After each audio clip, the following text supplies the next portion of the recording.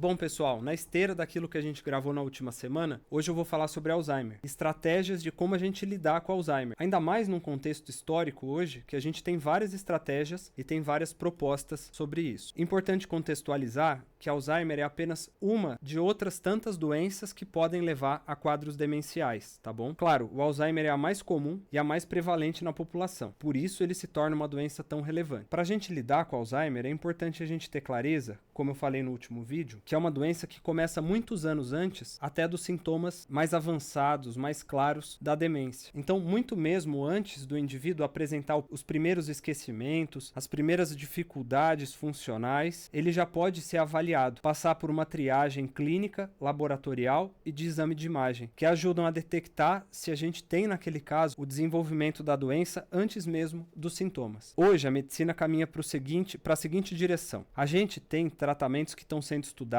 e estão sendo lapidados para evitar a progressão da doença de Alzheimer. Ou seja, em pacientes que estão com sintomas muito iniciais, ou mesmo pacientes que ainda nem desenvolveram sintomas, a perspectiva é de que daqui a alguns anos a gente tenha terapias específicas para evitar a progressão. O Alzheimer em si, ele já representa um avanço da sociedade. Pode parecer absurdo, mas é. Por quê? Porque hoje a gente vive muito mais e muito mais pessoas vivem muito mais, permitindo que o Alzheimer, que era uma coisa rara, uma coisa de exceção na década de 50, 60, hoje seja uma questão de saúde pública. Outra forma de lidar com o Alzheimer, como eu falei no último vídeo, é preparar o ambiente, preparar a família, preparar o contexto para esse idoso que eventualmente está progredindo, está perdendo funcionalidade, mas uma coisa que eu sempre digo para todos os pacientes, a perda da funcionalidade não quer dizer que o indivíduo vai perder dignidade. Existem muitos idosos que são totalmente dependentes para várias atividades do seu cotidiano e mesmo assim têm uma vida muito digna. Uma coisa que é muito importante nessa fase em que a doença de Alzheimer ou alguma outra doença neurodegenerativa é diagnosticada é a gente tratar déficit sensorial. Então, surdez, cegueira, a gente tratar transtornos mentais. Um idoso com Alzheimer e depressão vai ter uma evolução muito pior do que um idoso só com Alzheimer. Então, tratar depressão, tratar ansiedade, tratar eventuais sintomas psicóticos que aquele idoso pode ter e sempre, isso é medicina baseada em evidências, tratar de forma parcimoniosa, medicar só aquilo que é fundamental e evitar tratamentos desnecessários. Se você tem algum familiar ou algum conhecido com a doença de Alzheimer, quiser falar mais sobre isso, fique à vontade para entrar em contato. Não deixa de seguir, ativar a notificação e deixar o seu like por aqui.